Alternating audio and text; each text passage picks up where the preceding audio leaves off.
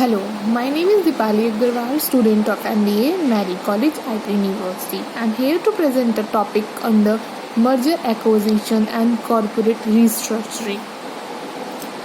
My topic is MBO, Management by Objective. So what do you mean by management by objective? It is a systematic and organized approach that allows management to focus on available goals and to attain the best possible results from the available resources. It aims to increase organizational performance by aligning goals and subordinate objectives.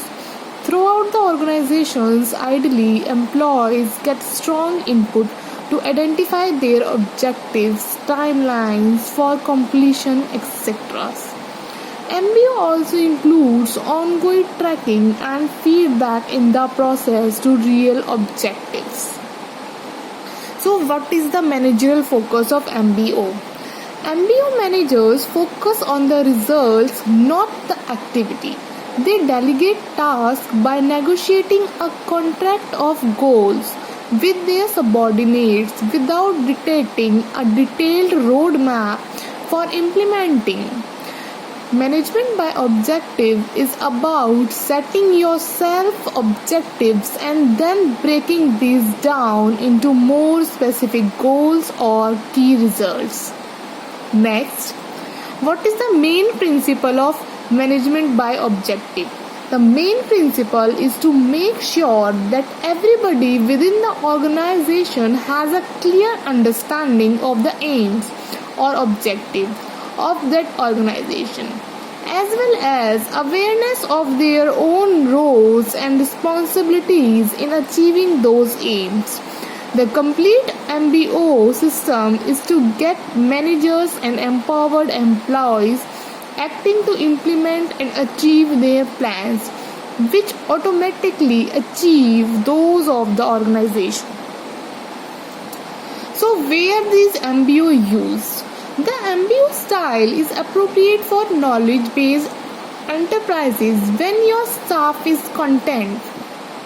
It is appropriate in situations where you wish to build your employees' management and leadership skills and tap their creativity, tactic knowledge and initiative.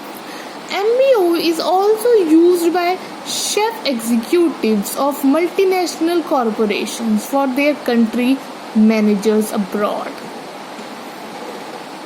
This is the process of MBO. In first step, the managers collectively fixing the objective. In second stage, they collectively making a plan for these objectives. Third, they implement the plan, and in fourth, they monitor the performance to get their objectives. Next, what is leverage buyout? A leverage buyout is also known as LBO. It is the purchase for a company using a large amount of debt or borrowed cash to fund the acquisition. The buyout involves a combination of equity from the buyer along with debt that is secured by the target company's assets. The deal is structured so that the target company's assets and cash flows are used to pay for most of the financing cost. These are some steps involved in leverage buyout. In step first, the manager is finding the business to be acquired. It is simple to say that you want to complete an acquisition, but is much harder to find the one that fits best with your business. It is important to start off by evaluating your own financial and the potential risk that your balance sheet can withstand. Step second, find the right kind of capital provider. There are many different types of capital that can be used to complete a leverage buyout, such as senior cash flow debt, integrated debt, seller financing, and assets-based financing. Step third, receiving the capital, due diligence for a lender to provide the capital. to the leveraged buyout. The company must provide sufficient financial information that documents the financial strength of the company. In step 4, completion of the acquisition. The legal documentation of the acquisition is the final stage where the buyer works with his lawyer to finalize the purchase agreement with the seller and the loan agreement with the lender. Next, what is bootstrap? Bootstrap is the entrepreneur that starts a company with a little capital. An individual is said to be bootstrapped when he or she attempts to found and build a company from personal finance or from the operating revenue of the new company. What are the types of bootstrap financing? First, factoring. Using accounts receivable to generate cash flow by selling them to a factor at a discount in exchange for cash. Second, trade credit. If your business can find a vendor or supplier to extend trade credit and allow you to order goods on net 30, 60 or 90 days terms, that is another form of bootstrap financing you could use. Third, customers.